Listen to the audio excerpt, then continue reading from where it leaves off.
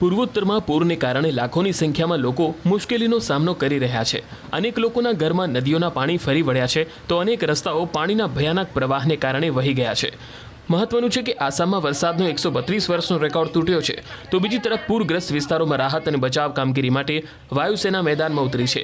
ખાસ કરીને આસામ, મણિપુર, ત્રિપુરા, સિક્કિમ, અરુણાચલ પ્રદેશ અને અન્ય રાજ્યોમાં માત્ર 3 દિવસમાં પૂર અને ભૂસ્ખલનના પણ બનાવો બન્યા છે। कुछ दिन भारी बारिशों के कारण असम के कछार जिले में भी बाढ़ का कहर मचा हुआ है। सिलचर की अगर बात करें, अगर उधारमंद कंस्टिट्यूंसी बात करें, अगर कठीगोड़ा की भी बात करें तो काफ़ी लोग फ्लड अफेक्टेड हुए हैं। अभी तक सिलचर के 15 फ्लड रिलीफ कैंप खोला गया है। सिलचर के जितने भी स्कूल कॉलेज है वहाँ पे फ्लड रिलीफ कैंप खोला गया है। वहाँ पे अभी तक जो पता लगा है कि 5000 लोग अभी तक वहाँ पे शेल्टर लिए हुए हैं। मैं जिस वक्त अभी हूँ वो है सिलचर के आश्रम रोड एरिया, जहाँ पे सिर्फ आप लोग देख सकते हैं पानी ही पानी है। हर एक घरों में पानी घुस चुका है। घर का जो रास्ता है, आने जाने का जो रास्ता था, ज़्यादा लोग आते जाते थे, वहाँ पे भी पानी है। अभी फिर से बारिश शुरू हो गया है।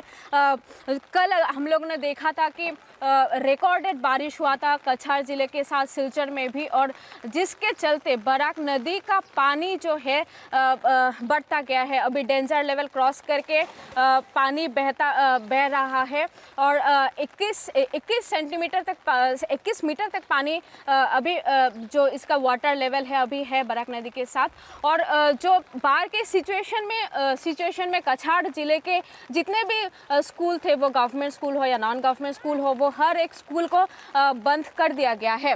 और ये एक अब देख सकते हैं कि कैसे लोग चलना फिरना कर रहे हैं। ऐसे थर्मोकोल का नाव बनाया हुआ है, जिनके घरों में नाव नहीं है वो लोग ऐसे ही पानी से आना जाना कर रहे हैं। ઉલ્લેખનીય છે કે શ્રીભૂમિ જિલ્લામાં આજે પણ પૂરની સ્થિતિ યથાવત જોવા મળી રહી છે। 4 વિધાનસભા મત વિસ્તાર પથરકાંડી, રામકૃષ્ણનગર, ઉત્તર કરીમગંજ અને દક્ષિણ કરીમગંજમાં પૂરની સ્થિતિ વધુ ખરાબ થઈ રહી છે। ઉલ્લેખનીય છે કે પથરકાંડી શહેર અને સમગ્ર વિધાનસભા મત વિસ્તાર પાણીમાં ડૂબી ગયો છે। એસડીઆરએફ દળો ઉપરાંત સ્થાનિક યુવાનો પણ વાંસની લાકડીઓની મદદથી બચાવ કામગીરી કરી રહ્યા છે।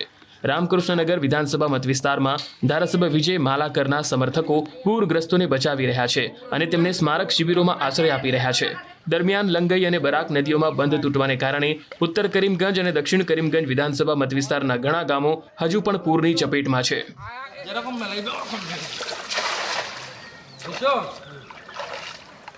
મહત્વનું છે કે આસામ રાજ્યમાં પૂરે તબાહી મચાવી છે। તાજેતરમાં ડિબ્રુગઢ જિલ્લાના ટિંગખાંગનો મોટો વિસ્તાર પૂરથી પ્રભાવિત થયો છે। પૂરને કારણે કૈવર્ત, માજુલી ગામ, ચહારીકાટા, શાલગોરી 2 અને શાલગોરી ગામના મોટા વિસ્તારો ડૂબી ગયા છે। બધા ઘરો પાણીમાં ડૂબ્યા છે। પશુઓ અને લોકોને એકસાથે ઊંચા સ્થળોએ અથવા બંધ પર આશ્રય લેવો પડી રહ્યો છે। આ તરફ આસામના કામપુરમાં પૂરની સ્થિતિ આજે પણ બદલાઈ નથી। કપિલીપુર વિસ્તારમાં 1000થી વધુ ગામો છે। આ વિસ્તારમાં ઘણા ગામો છે જે પૂરથી પ્રભાવિત છે। સત્તાવાર આંકડા મુજબ કામપુર મહેસૂલ વર્તુળના 76 મહેસૂલ ગામો પૂરની ચપેટમાં આવ્યા છે। ગામના લોકોને સુરક્ષિત સ્થળે ખસેડવામાં આવી રહ્યા છે। પૂરની સ્થિતિને કારણે જનજીવન પર ભારે અસર પડી રહી છે। ભારે પૂરની સ્થિતિને કારણે સ્થાનિક શાળામાં પણ નદીના પાણી ફરી વળ્યા હતા, જેના કારણે બાળકોને ઘરે રહેવાનો વારો આવ્યો છે।